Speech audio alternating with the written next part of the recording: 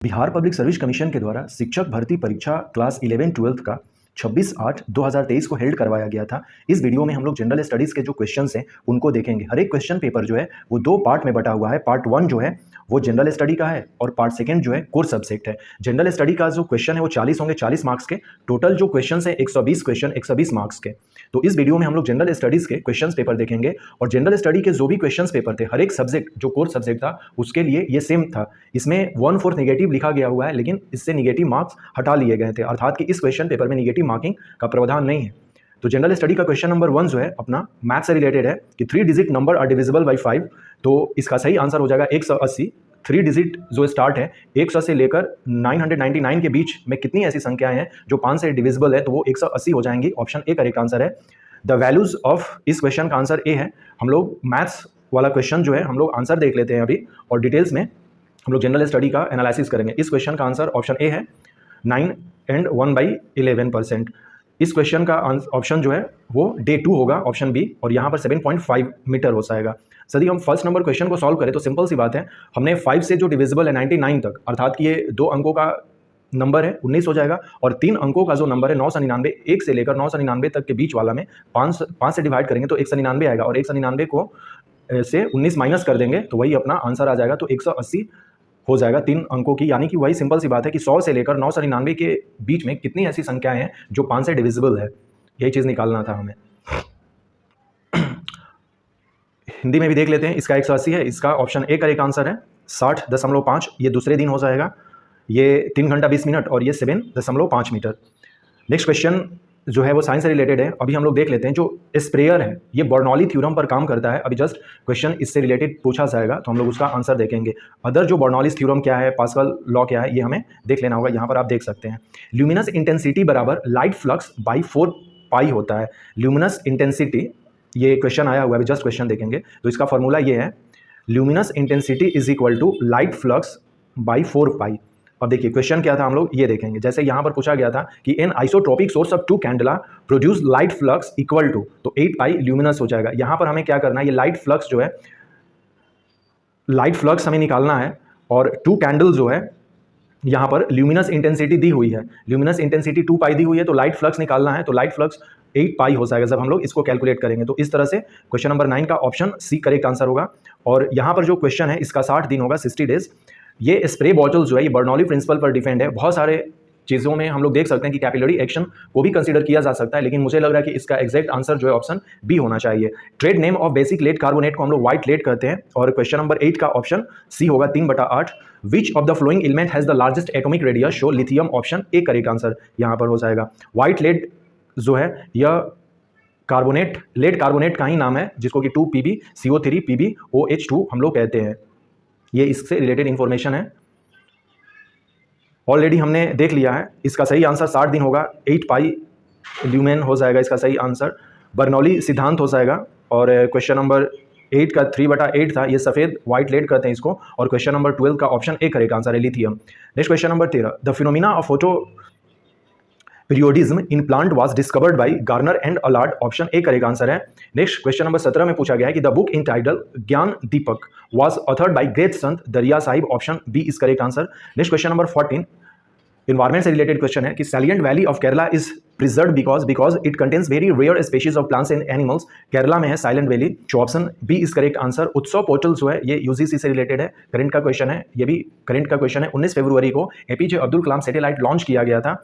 Question number 15, during normal respirations in mammal the diaphragm is flattened, एकदम छपटा हो जाता है इस तरह से, so option B is correct answer. Question number 16, the most important cell type of associated with the immunity of the body is lymphocyte, that means WC, option B is correct answer. Next question number 20 में पूछा गया है कि in which city was the first pure green hydrogen plant commission, so ये जोरहट में किया गया था, और जोरहट जो है अपने असम में है, और यहाँ पर कोई जो ऑप्शन है वो जोरहट नहीं दिख रहा, इसलिए अपना ऑप्शन जो है वो ई हो जाएगा, none of this. University grant के द्वारा अभी जस्ट हम लोगों ने देखा कि उत्सव जो पोर्टल है ये लॉन्च किया गया है। एपीजे अब्दुल कलाम 19 फरवरी को लॉन्च किया गया था सैटेलाइट।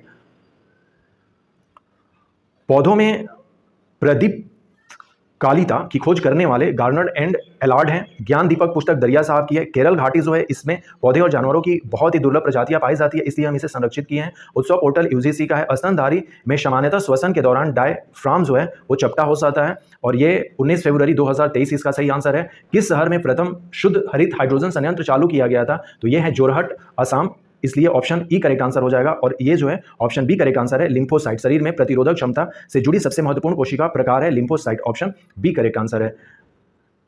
पीस प्राइज 2022 के बारे में पूछा गया था। ये तीन संस्थान को दिया गया। एक तो लोग हैं जो एलिस बियालिस्की हैं, ये बेलारूस से हैं, और रशियन मेमोरियल को दिया गया था, और यूक्रेन ह्यूमन राइट ऑर्गेनाइजेशन को भी दिया गया था। ये तीनों को 2022 का पीस प्राइज दिया गया था, नोबेल का। यही क्वेश्चन पूछा गया था हम लोगों से। तो क्वेश्चन नंबर 21 में पूछा गया था कि इंटरनेशनल ईयर ऑफ मिलेट जो है 2023, और ये इंडिया के कहने पर ही यूएनओ जो है वो 2023 को मिलेट ईयर घोषित किया हुआ है। और पीस प्राइज जो है एलिस बियालिस्की को मिला हुआ है। ये बेलारूस से हैं। और जो अदर दो लोग हैं, दो जो संस्थान हैं एक्चुअली, ये रशियन मेमोरियल जो है और सेंटर फॉर सिविल लिबर्टी, ये दोनों अलग अलग ऑर्गेनाइजेशन है, इनको भी दिया गया था। तो इनका ऑप्शन में नहीं है, इसलिए हम केवल ऑप्शन ए को करेक्ट करेंगे यहाँ पर। नेक्स्ट क्वेश्चन नंबर 23 जो है जस्टिस संजय कुमार, इसके सही आंसर हो जाएंगे कि justice Sanjay Kumar, chairman of the state commission for the backward class appointed by the Bihar government on 2 January 2022, which was the first movie of Bhojpuri so Ganga Maiyya Tohe Piyari Chadhaibo. This is a famous movie. First Rajendra Prasad ने काफ़ी इस movie को बनाने के लिए मतलब जोर दिया था, तब ये जाकर मूवी बनी थी। तो ऑप्शन ए करेक्ट आंसर हो जाएगा अपना, भोजपुरी से रिलेटेड। इसका ऑप्शन डिटेल्स में अभी हम लोग देखते हैं मैप पर कि कोटा कहाँ है, नामरूप कहाँ है, ओबरा कहाँ है और परीक्षा कहाँ है। ये कह रहा है कि ईस्ट टू वेस्ट, यदि हम लोग अपने इंडिया का कुछ मैप बनाएं, तो ये साउथ वाला मैं मैप इस तरह से बना रहा हूँ, एक्चुअली साउथ ही का पूरा है, तो ये ईस्ट टू वेस्ट हमें बताना है। तो नामरूप जो है वो अभी असम में हमें दिखेगा, अभी जस्ट देखेंगे। तो इसका सही आंसर एक्चुअली ऑप्शन सी है। इसमें ट्रेयावर्थ जो है, ये जो है इंडिया के क्लाइमेट को सब ट्रॉपिकल मानसून कहा था। तो ये हम लोग अपने कॉमन सेंस से भी लगा सकते हैं। सवाना टाइप हमारे इंडिया में है नहीं, और मेडिटेरियन टाइप हमारे इंडिया में नहीं, तो monsoon climate. So option B is correct answer, इसका सही आंसर हो जाएगा। नामरूप यहाँ है असम में, जो सबसे ईस्ट है इंडिया के मैप पर, यहाँ में दिख भी रहा है। फिर जो परीक्षा है वो यहाँ है ललितपुर के आसपास जो है अपना उत्तर प्रदेश में।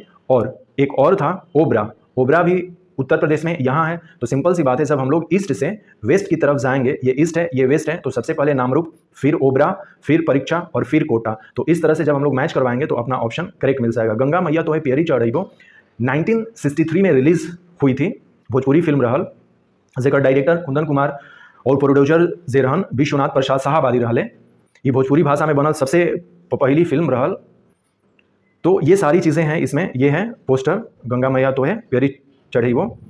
अदर इन्फॉर्मेशन है 22 फरवरी 1963 को रिलीज़ हुई थी। 120 मिनट की ये फिल्म है। पटना का जो वीणा सिनेमा हॉल है अपना, जो अपना क्या कहते हैं, पटना जंक्शन के जस्ट सामने में जो सिनेमा हॉल है उसका नाम वीणा सिनेमा हॉल ही है। वहीं पर ये फर्स्ट में प्रदर्शित हुई थी 22 फरवरी 1963 को।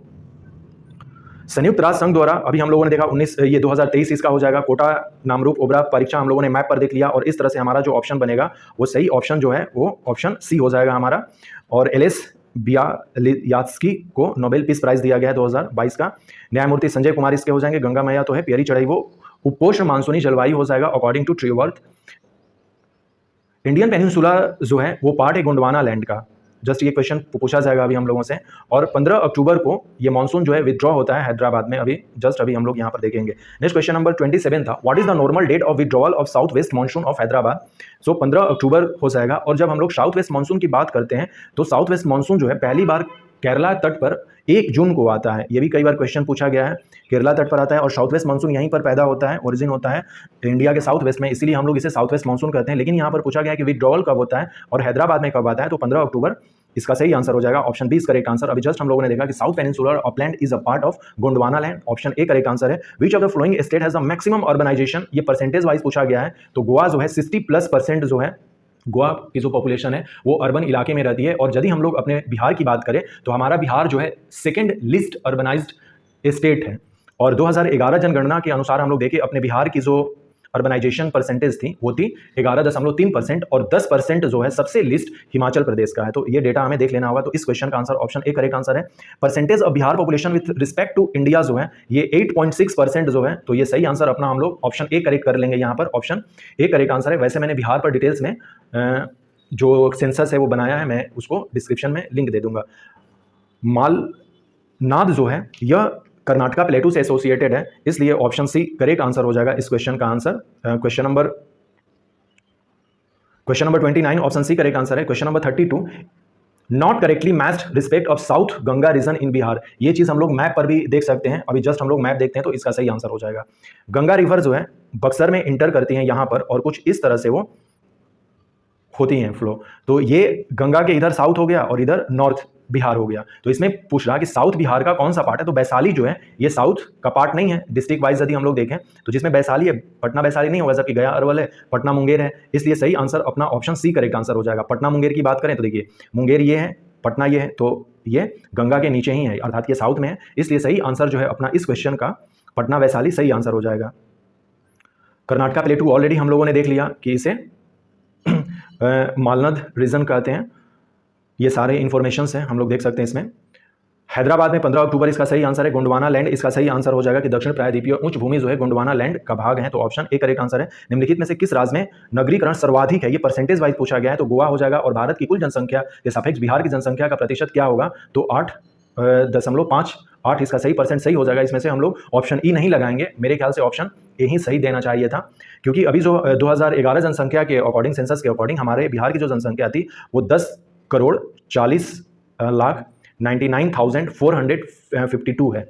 ओके, और इंडिया की जो पॉपुलेशन थी वो पॉपुलेशन थी 121 प्लस करोड़।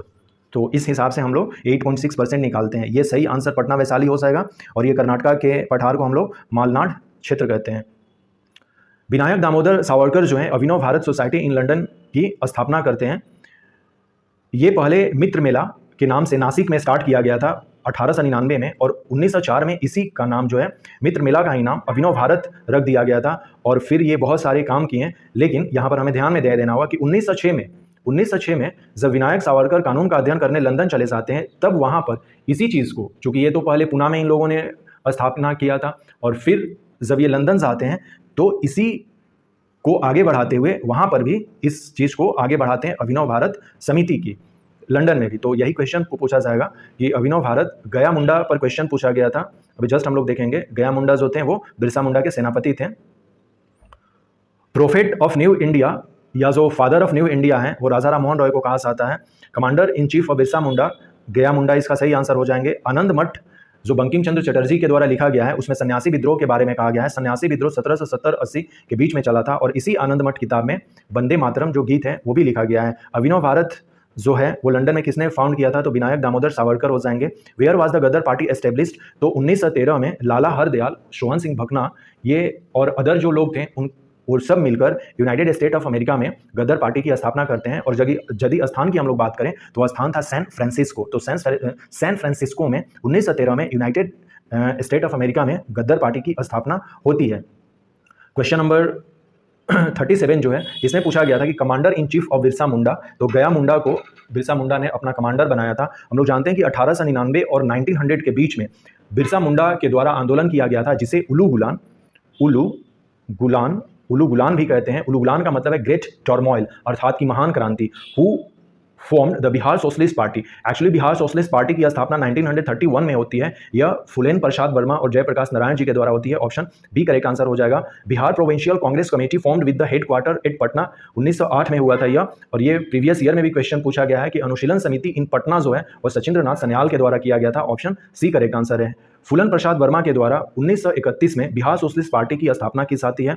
अदर जो लीडर्स थे इसके ये लोग भी थे, और साथ ही साथ हम लोग उसमें जयप्रकाश नारायण जी को भी जोड़ सकते हैं। तो ये सारा इन्फॉर्मेशन यहाँ पर रिलेटेड है। बिहार प्रोविंशियल कांग्रेस कमेटी की हम लोग बात करें, जिसकी जो मीटिंग है पटना में 1908 में हुई थी। It meeting held in Sonpur, actually ये एग्जैक्ट यदि प्लेस पूछा जाए तो वो सोनपुर में हुई थी, और सोनपुर जो है वो सारण जिला में स्थित है। तो ये चीज़ हमें जानना होगा, लेकिन क्वेश्चन में ही लिखा हुआ था पटना, तो हम लोग पटना को कंसीडर कर लेंगे। ये लोग उससे रिलेटेड थे, जिसमें कि Mazharul Haq, Hasan Imam, Sachchidananda Sinha, Deep Narayan Singh, Sarfaraz Hussain were the founding leader of the movement in province. The Bankipur session of INC जो कि 1912 में हुआ था, बांकीपुर में सेशन, जो 27वां सेशन था इंडियन नेशनल कांग्रेस का, लाइक पटना यूनिवर्सिटी बिल, ये सारी बातें फिर जो है वो होंगी इसमें, तो हम लोग देख सकते हैं। नव भारत का पैगंबर राजा राममोहन रॉय को कमांडर इन चीफ जो है गया मुंडा को किया गया था। बिहार समाजवादी पार्टी का गठन फूलन प्रसाद वर्मा और जयप्रकाश नारायण हो जाएंगे। आनंद मठ में सन्यासी विद्रोह के बारे में वर्णन किया गया है। लंदन में अभिनव भारत का संस्थापक जो थे विनय दामोदर सावरकर हो जाएंगे। और बिहार प्रोविंशियल कांग्रेस कमेटी जिसका मुख्यालय पटना में है का गठन किस वर्ष हुआ था, तो 1908 में हुआ था। और 1908 चूंकि देखिए इसका मुख्यालय कह रहा है कि पटना में है, लेकिन इसकी जो पहली मीटिंग थी 1908 में वो सोनपुर में हुई थी। 1913 में पटना में अनुशीलन समिति की शाखा की स्थापना किसने की, सचिंद्रनाथ सन्याल। और गद्दर पार्टी की स्थापना संयुक्त राष्ट्र अमेरिका सैन फ्रांसिस्को में हुई थी 1913 में। तो ये अपने टोटल 40 क्वेश्चन रहे जो कि जनरल स्टडीज के थे। अगले वीडियोज में हम लोग चूंकि मैंने हिस्ट्री का भी सोल्यूशन कर लिया है, तो हिस्ट्री वाला काफ़ी इंपॉर्टेंट होगा, जो भी प्रीलिमिनरी एग्जामिनेशन आने वाली है बीपीएससी के लिए उसके लिए। तो हम लोग हिस्ट्री का जो क्वेश्चन पेपर है वो अगले वीडियो में देखते हैं। So thanks and take care, मिलते हैं अगले वीडियोज़ में।